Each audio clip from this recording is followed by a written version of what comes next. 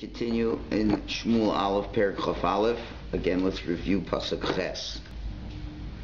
So David is receiving lechem upon him from Achimelech in the city of Nov. Pasuk Ches tells us, "V'sham ish me'avdei Shul bayomahu," and there was a man from the servants of Shul on that day. Ne'etzor lifnei Hashem. He stayed back to stay a little longer before Hashem. Ushmo Doeg Hadomi, and his name was Doeg the Adomi.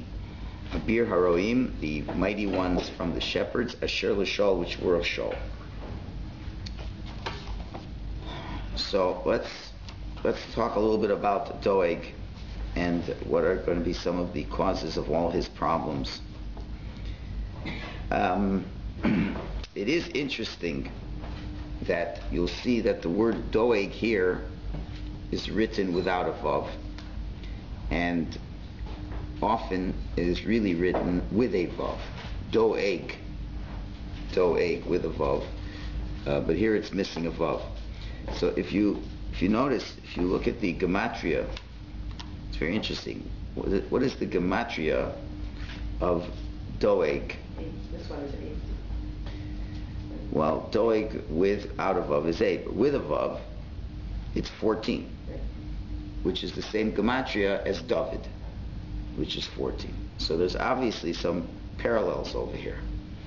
There's got to be parallels over here, because if they have the same gematria, although it depends if you take out the vav, and we'll see how we can deal with that in a minute. But that is quite an interesting concept. The Yalkut Shimoni discusses why is he called Doeg Ha'adomi. Edom, we know, is a country that is a descendant of Esav. So let's look at the simple commentaries of the Yalkut Shimoni. Yalkut Shimoni asks, Lama Nikra Shmo Edomi, why is he called Edomi? So one rabbi says, Al Shem Iro, that was the city he came from. He came from there. Another rabbi says, Shekina b'David hanikra admoni, because he was jealous of David, and David was called Admoni. David was called red. He was fiery red complexion. So he was jealous of the one who was called the Admoni. Okay, so you already see, again, similarities between him and David. Another rabbi says, Shehiter dam Nov irakohanim. He made the blood of the city of Nov be permissible to kill. In other words, he was the one, as we'll see later on, he's the one who allowed circumstances to be such that enabled the blood of Nov to flow freely, and blood is red, Adom, so he let that happen. Another rabbi said, Shehiter Dama Shel David, he allowed the blood of David to flow freely. Ishto Muteres Lacher, and he would allow his wife to be married to somebody else. We know later on that even though David was married to Michal, Shul allowed Michal, he not allowed, almost forced Michal to get married to someone else, Palti ben Laish, which we'll talk about in the future. And who do you think he went to for the psak halacha to allow that to happen? Doeg. Doeg was the one who gave such psak halacha. So who allowed that came from Doeg. So therefore, there's going to cause all kinds of problems halachically for David if his wife went to somebody else. But we'll talk about that at another time. Another rabbi says, She'asar domo shel Agag l'Shol. He did not allow Shul to kill Agag, right? And he gave him a proof, as it says in the Torah, you're not allowed to slaughter an animal and its children on the same day. And I guess with all the other things that was running through Shul's mind when we discussed why he made the mistake and did not kill Agag when he was told to wipe out the entire nation of Amalek, it seems that Doeg was there to advise him to not kill Doeg either.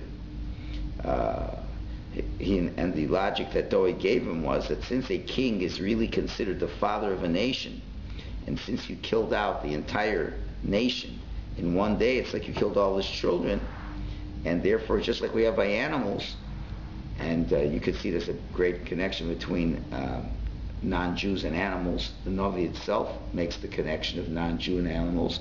They're calling, especially the men, zirmas susim zirmosam. The immorality of the horse, of the rushing of the horses, is the immorality of the non-Jews.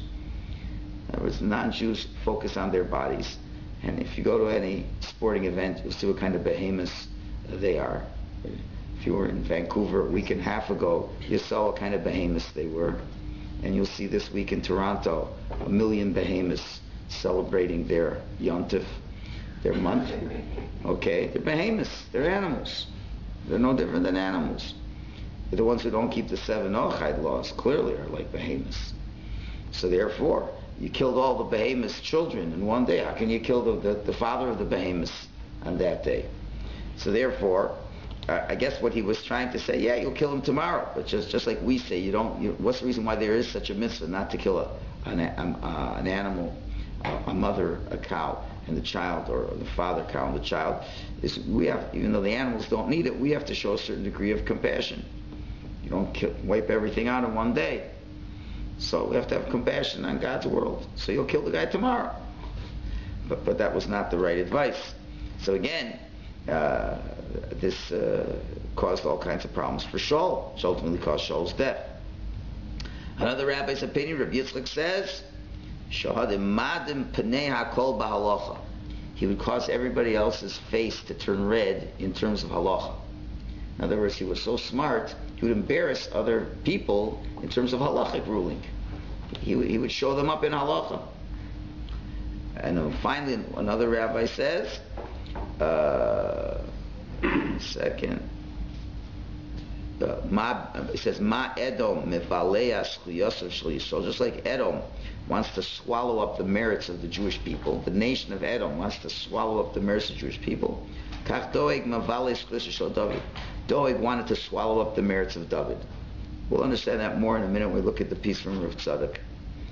And finally, the last opinion says, Ma Edom no came benoter v'sone. Just like Edom, their midah is to take revenge and to bear a grudge and to be hateful. Av Doeg kach l'David. So Doeg was to David. Had it out against David. So, one second, and therefore the Musar Nevi'im adds to that last point. So, and that's why he's called an Adomi. Why? To inform us that which happened in Nov, which we'll see later, that he tells on the city of Nov and it gets destroyed. So you're going to think maybe it's because he loved Shul so much. And since he loved Shul so much, he would do what he could to protect the king. And sometimes when you love someone so much, you may do something wrong, but it comes from love. Sometimes you love someone so much, you'll do things that are wrong, but you did it out of love at least. But no, this was all because why? He hated David.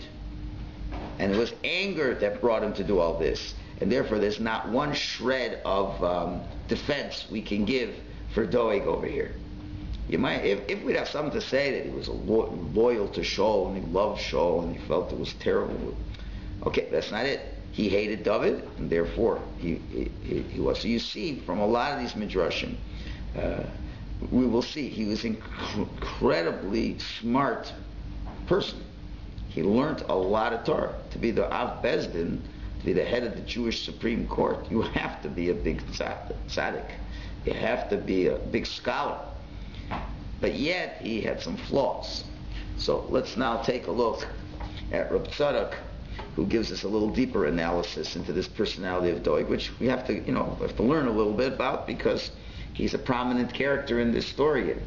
Again, you have to see who, unfortunately, Shul was surrounded by. Again, you have to look at all of Shul's mistakes, has to be put in the correct light, which, notwithstanding, everything we've said already about Shul, and he's made some terrible mistakes, but it doesn't help when you have the Av Bezdin, who isn't a righteous person either, giving you guidance. Okay, so it was like, On the other hand, Shmuel was still the Navi, and at the end of the day, the Navi, you have to listen to what the Navi says. We have the Av Bezdin, who is not, helpful, to put it mildly. Son too. What? Jonathan was there too. Yeah, but still, you're talking about heavyweights, and Doeg was a heavyweight, and it's like, imagine like a Korach. It was a big personality, so he was a big man. So we've got to see, though, we've seen some of the Chazal, now we have to see a little bit more. So Stoic was obviously Jewish. How come Yeah. it's not referred to like everybody else is referred to, the tribe, Because, we just gave you 8 reasons why. In other words, if the Navi is calling him an Adomi, it's because he's acting like an Adomi. He was Jewish, Not really, but he's anyway. acting like an Edomi. So Well, if he was an Edomite, how could he be that's my question. amongst Israel? And we know, what do you know about Edomis? Do we accept them into the congregation of Israel? We do not accept them into the congregation of Israel. So this is just According to most commentaries, it's just a very defining way. It's the Navi's description of him. One opinion said he lived in Edom. Okay, I don't know exactly. I'd have to do a little bit more research on him and that. Even Korach. What? When we even say it was Korach? Korach was a purebred Levi. Even Dasan and Aviram, we still say, we just don't go back to Yaakov, but we say the treasure. Yeah, okay. Listen, we don't always say everybody's tribal lineage, but here, Doeg is really a bad dude. I mean, he's really he reflects so much non-Jewish personality. Do you want to say like Esau? Well, that's what we're going to see in a minute. Again, but I don't believe anybody says he really. Well, the Metzudas Sion says no. Everybody says he was Jewish, but a lot of them say he lived in Edom. The Metzudas Sion says specifically, Shaya Gorba Edom, he lived in Edom, Avol Hoy Yisrael Mileda, he was a Jew from birth. Same thing, the Radak. Radak says Gorba Eretz Edom, he lived in Edom, therefore they called him an Edomi. Same thing with Uriah Hachiti, we'll see later on. Uriah lived in Chet. And other people, they're related to the place where they lived. So, I don't know why. So, could be he was raised in that area. I don't know why he was raised in that area. His parents somehow ended up in Edom for some reason. I don't know. But obviously, if he grew up in that area, so maybe some of that influence rubbed off on him. If you live with Edomites, you could start behaving like it if you see that's how they behave. Do we understand why he hated David? Like Shaul, we can understand his jealousy and his fear. Jealous. Any idea what? Well, let's see.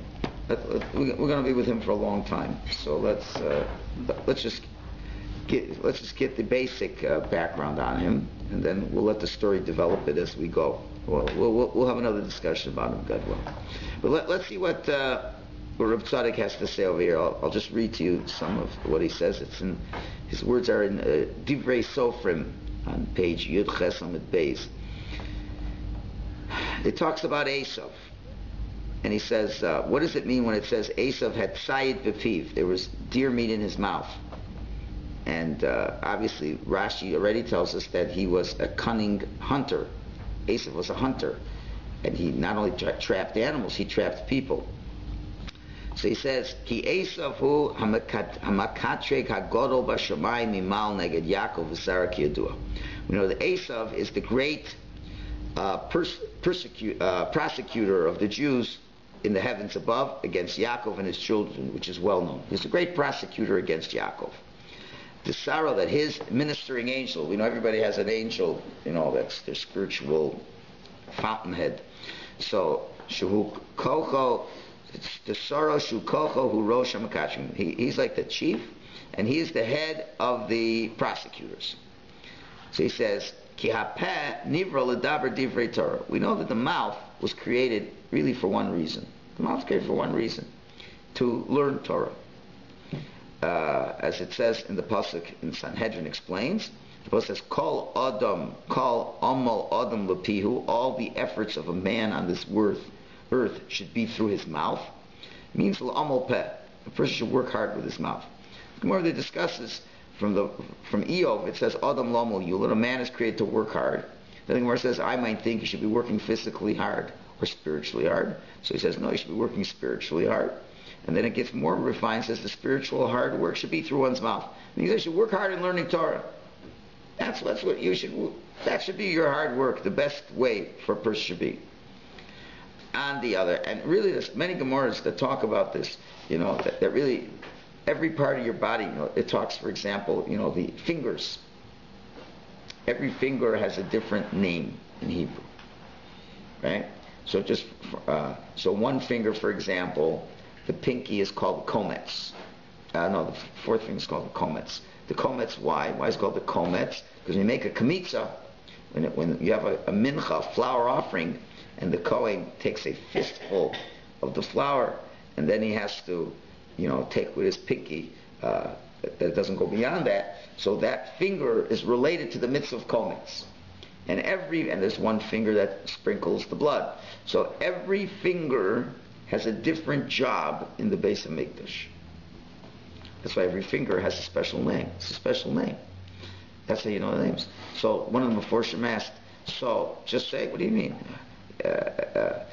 Everyone, every hand, your hand is there to do work, to do what you have to do, to build a base, to do things. So the Meforshim explained that if your fingers weren't there to do the avoda in the Beis HaMikdash, you wouldn't need to have any fingers. And a different body part could build. In other words, no matter what you use your fingers for, you should know the real reason you have fingers is to do work in the Beis HaMikdash. Finished. And therefore what we're really saying is, the reason you have every single body part is only to do specific avodas Hashem. Now, of course, not everyone's going to be a Kohen, but since there would be Kohanim who would need their fingers in the Beis HaMikdash, so all human beings need fingers. Otherwise, who needs fingers? Why do you need a finger for? Just make it easier for you to scratch your head? Easier for you to carry 10 Sobi bags? Right? Is that why God created it? No, because you need the fingers to do the avodas Hashem. And really, every single body part is focused on doing avodas Hashem. So your mouth, the only reason you have a mouth is to say words. Why do human beings need to have a mouth? What do you need a mouth for? Especially today, everyone can text. Hashem couldn't have text messaging 5,000 years ago. Then you need your finger. Right. The same thing. Okay, but you understand. You understand what I'm saying. People could communicate with mental telepathy, right? What do you need a mouth for? You need a mouth to what? To learn Torah. That's what your mouth is there for. Your mouth to say words of chesed. That's what your mouth is for. It's the only reason you have a mouth. If you use the mouth for something else, then you're really a bad person.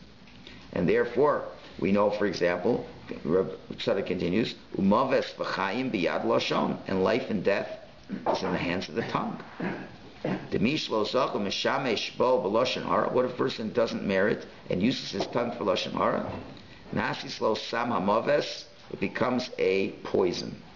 Because we already said the haregesh loshen, because lashon hara kills 3 people. It kills the one you speak about it, it kills the one who hears it, and kills the one who says it. And therefore we know, the Gemara tells us, Kishkula neged gimel averes hachamuros.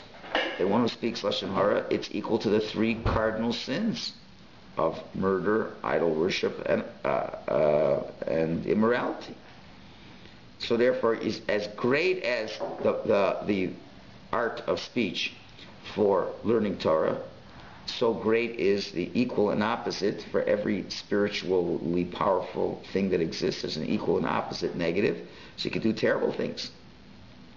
Now, so this is Esav. You see, Esav is Tzayid Bepiv. He has hunting in his mouth. Meaning what? His main role is he's going to be the prosecutor against Yaakov. He's the one who's going to find a way to prosecute and destroy Yaakov in any way that he can. And therefore you clearly see, for example, Hitler and the Germans, who are descendants of Esav, what was the first tool they used against the Jews? Propaganda. Propaganda was to use the mouth. To use the mouth to destroy the Jewish people. Well before they did the program. They couldn't wake up one day and decide to kill Jews. It wouldn't work. the Germans were too sophisticated for that to happen. So first started a smear campaign. You know why all us nice, sophisticated Germans now have to be in bread lines? It's because of the Jews. And they say that for a few years. Prosecute against the Jews, and then people will believe it. They will really believe that. And they will believe that the Jew is less than a human being. I was, a few weeks ago, I saw this movie, I previewed this movie. God willing, we'll show it next winter. I forgot the title, something in pajamas. The Boy in the Striped Pajamas. It's a great movie, how it shows you how sophisticated Germans could descend to this level of really feeling that Jews are subhuman. But it all has to start with the prosecution. It first has to start, before any physical destruction of the Jew happens, there has to be verbal assault. That's the first step. And that's the way it works with anybody.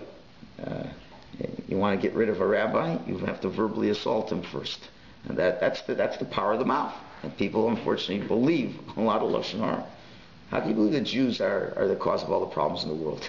It's the exact opposite. They're the source of all the blessing in the world. Every country in the world only benefited from Jews. But you keep saying, keep prosecuting. So that was Esav's role. So now, V'doyeg al yidei shahaya gibor b'Torah. Now Doeg was a warrior in Torah. He was a great scholar. He was one of the greatest scholars who lived, as the rabbis tell us in Gemara Sanhedrin. However, what do we know about Torah? We say Torah, v'samta mis divorayela. You should place my words of the Torah upon your heart. V'samtem, the Gemara says, is also a contraction of two words, samtam, meaning it's a wholesome medicine. Torah is a wholesome medicine for the person. But for those who learn it with the right hand, as it were, if you're learning it for the sake of heaven. But the Torah can be a poison for those who learn it for not the proper reasons. And therefore, Doeg, v'hoya masmi'il, he was, learned it left-handed, means to say, without the right reasons. Nasalo hakoach, so that power that he had, shahoya lo b'peh, that he had a powerful mouth that was developed greatly through his learning of Torah. So it became l'sam hamaves, it became a poison. Lios medaber lashon hara al David HaMelech, to speak lashon hara on David HaMelech. Shushorish kedushas hapeh shebekdusha d'malchus peh Torah shebal peh. We see that David HaMelech, Melech, being a king, Malchus is the final, the 10th sphera, and every sphera correlates to a body part. Every single one. Chesed to the right hand, Gvura to the left hand, etc., etc. Last one is Malchus. What part of the body is Malchus? That is the peh, is the mouth. Because that is the king. King gives orders. Comes from the mouth. The mouth directs everything. So David HaMelech, on the one hand, who is Malchus, so David purified his mouth, had the holiest mouth imaginable. Whatever came out of his mouth. You ever hear Lashon Hara coming out of David's mouth? Did you hear anything bad out of David's mouth? I don't know. You hear 150 chapters of Tehillim coming out of David's mouth. Right? And he was the one who was a big scholar himself. Don't think David HaMelech was not a big Torah scholar. And he was very big in Torah Shabbat. Again, we call it Torah Shebal Peh, the oral law, the Torah of the mouth. It's interesting, that's what you call an oral law. Shebal Peh. If you really think about it, look at the word Baal Peh, we just say oral. Look at what the words really mean. Baal means a master of Peh, the mouth. Literally, oral law, translated in pure Hebrew, means the master of the mouth. Now think about that. A person who learns Torah properly becomes a master of his mouth. He controls the mouth the way it's supposed to be. And that's the way Torah should be learned. By a person who masters his mouth, and therefore, just like the mouth says beautiful holy words of Torah, and can daven, and can say nice words, and can say Tillim, has to be really careful to say nice things about other people, and not to speak Lashon Hara. So we're beginning to see great opposing forces coming over here. You have David HaMelech, who's purity of the mouth. We've already seen this before by Reb Tzadok against Goliath. Goliath used his mouth, but Goliath was a goy. So Goliath was like the head goy of the Plishtim, who used his mouth to curse out the Jews for 40 days. So who's the one that could destroy Goliath? Only one who purified his mouth was David HaMelech. So, but now you see even internally within the Jewish people. So you figure David got rid of one guy, but now he's got it. Now the real struggles. You see, in other words, until now there's been a lot of struggles with the external, the non-Jewish world. We have to deal with them. They're giving trouble to the Jews. We got to get rid of them. And you're going to see now that it's not a lot of talk about wars with the Philistines anymore. It now is an internal, almost could have been civil war. If you really think about the way this is shaping up, this could have been a humongous civil war going on between David and Shaul, between Yehuda and Binyamin, between Rachel and Leah, which eventually does happen years down the path. This had to be one day that the tribes would split. They could have split right now. You had a classic opportunity for a classic split right now. And David, but David was too holy for that to happen. You're going to see a lot of internal things going on over here. So you see, as David, to the extreme that he is sanctifying his mouth, so there always has to be, there's a spiritual equation that always exists in Judaism. Right? You had Moshe and Aaron, so that are unbelievably holy. So who did you have the entire time with them, against them? Dasan and Aviram. There had to be a Dasan Aviram. There had to be somebody every day telling the Jews, you think Moshe is such a great leader? He's not such a great leader. Even after he split the Yam Suf and brought them on, every day, till he got swallowed up, every day Dasan Aviram would go around the camp and say Moshe about Moshe Rabbeinu. He meant it for the good. He really meant it for the good, although he was a terrible person. But he meant it for the good. He meant it for the good. Right? But there cannot be, if there was only a Moshe and Aaron, and there'd be nobody on the other side, we'd all have to be from. There'd be no free will. How could there be any free will choice? So Hashem B'dat, Maral says this, Dafka. Hashem did miracles for Dasan and Aviram. They didn't want to leave Egypt when everybody left. You know that? They did not want to leave Egypt. And then when they saw what happened to Egypt, they said, we better catch up. So they come to the Yam Suf. How are we going to cross the Yam Suf? Hashem split the Yam Suf for them. How could Hashem split the Yam Suf? These two rotten creeps. The answer is because they have a purpose. Their purpose is to be the opposing force against Moshe and Aaron. And Hashem gives them a certain degree of hatzlach, of success, because they have no success. I'm going to see they're unsuccessful people. That's what it is in every shul, in every congregation, in every school, shul, Jewish organization. You'll have great people, and you'll have people that'll be to the opposite, as strong and powerful to bring it down, to bring the other down, to cause free will choice. And there isn't one community you don't see this. That's why the Zohar says when you have one community that gets along, the Mashiach will come. Right? But it has to be, because otherwise everybody will listen. Everyone will listen to the prophet. You have great prophets, great. Eliyahu Navi, no, pretty good, eh? Pretty good, yeah. So you had the Nevi Abal, the false prophets. And people will listen to them. Moshe Rabbeinu, not of an Aviyu, Korach, right? Okay, yeah, we'll have to see, so what happens after none of Aviyu go down? So, what happens with Dasan Aviram, always mix up, Dasan Aviram. What happens after Dasan Aviram go down? What become the counterpoints to Moshe and Aaron? Not for now. But you see, this happens all the time. So now with David HaMelech, you're bringing now, David is bringing Malchus to Klal Yisrael. This is a very critical transitional stage for the Jewish people now. So there's got to be somebody equal and opposite force against David within the Jewish people to create, to make problems that David should not be so accepted amongst the Jews. And David had a lot of problems leading the Jewish people. So therefore, who's going to be one of the prominent characters against that? That's Doeg. Because you have to have someone very similar to the great leader, but from the opposite side, as it were. And that's what he's saying. By David HaMelech, for example, he is called V'hu Admoni. David HaMelech was also called an Admoni. He was called Red. Right? David had a very fiery personality. No question about it. He had a lot of emotion, very emotional person. But it says him Yafei Einayim. But it said he had pretty eyes. He had nice eyes. And what did we already learn from that? Chazal say, in other words, he was a fiery guy. He could kill. He was something that was part of his personality. But the Heirig Rak Midas Sanhedrin, he only would kill with the permission of the Sanhedrin. Only the Sanhedrin gave him permission to go to war. Would he go to war? Otherwise, I can't go to war. Even though his personality would be, let's go beat him up, kill these guys.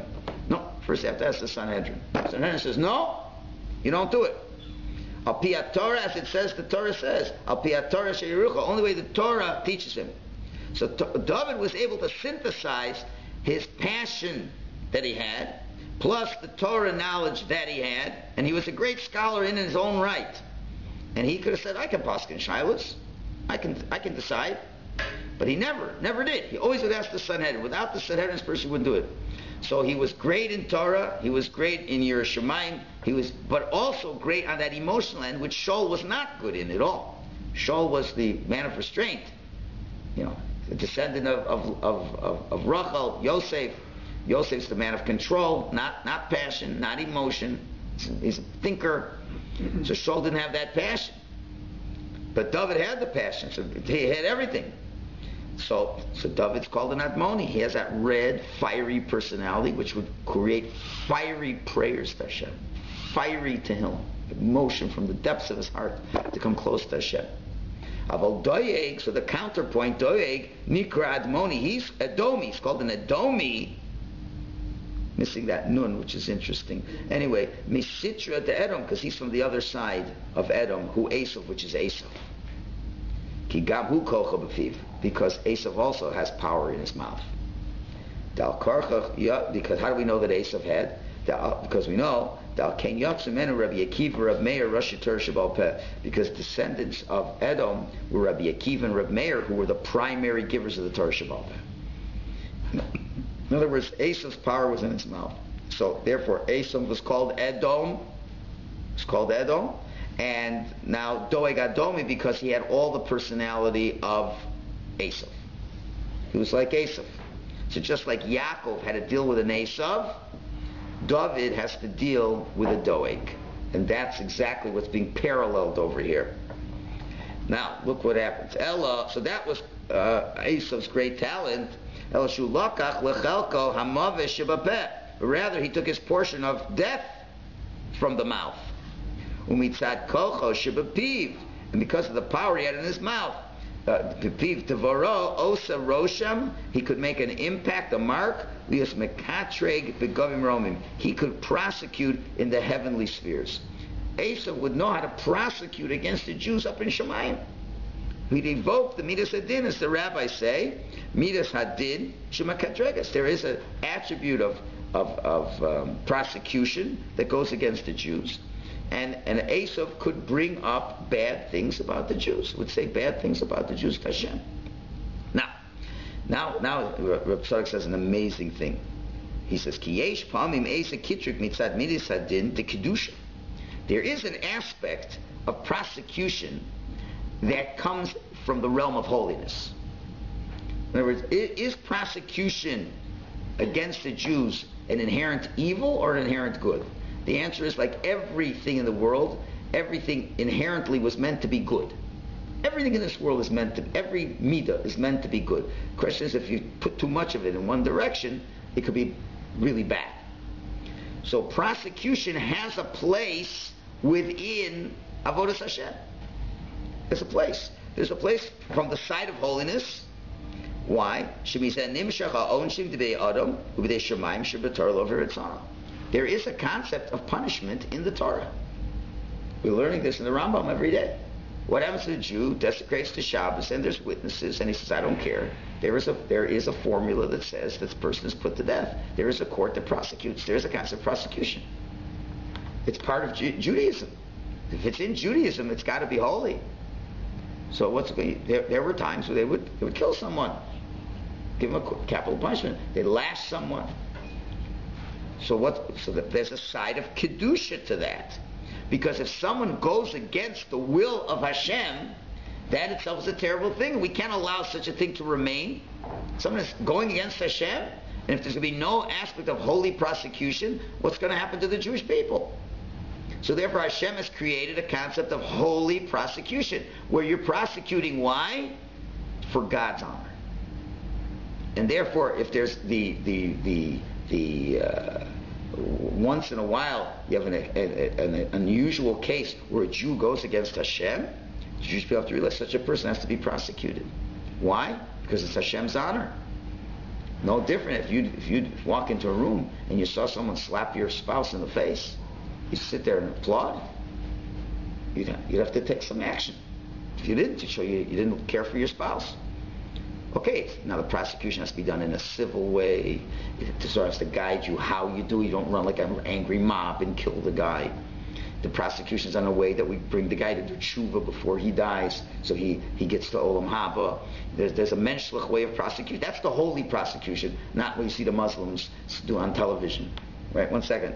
So that's what I just want to finish this idea. So therefore, there's this aspect. So for Choshav Yitzchak, ki rosh Hashem yisbarach shia nefesh b'poel lekatrik zeh. Yitzchak made a mistake and thought Hashem's will is there should be a human being in this world who will be the prosecutor, God's district attorney. That God needs to have a human being who's the district attorney, whose whole role in life is to look for the faults of the Jewish people. He thought logic, that would make sense. You have to have a Jewish district attorney against every Jew to look for every single fault that's there. And the truth, God forbid, doesn't want such a thing.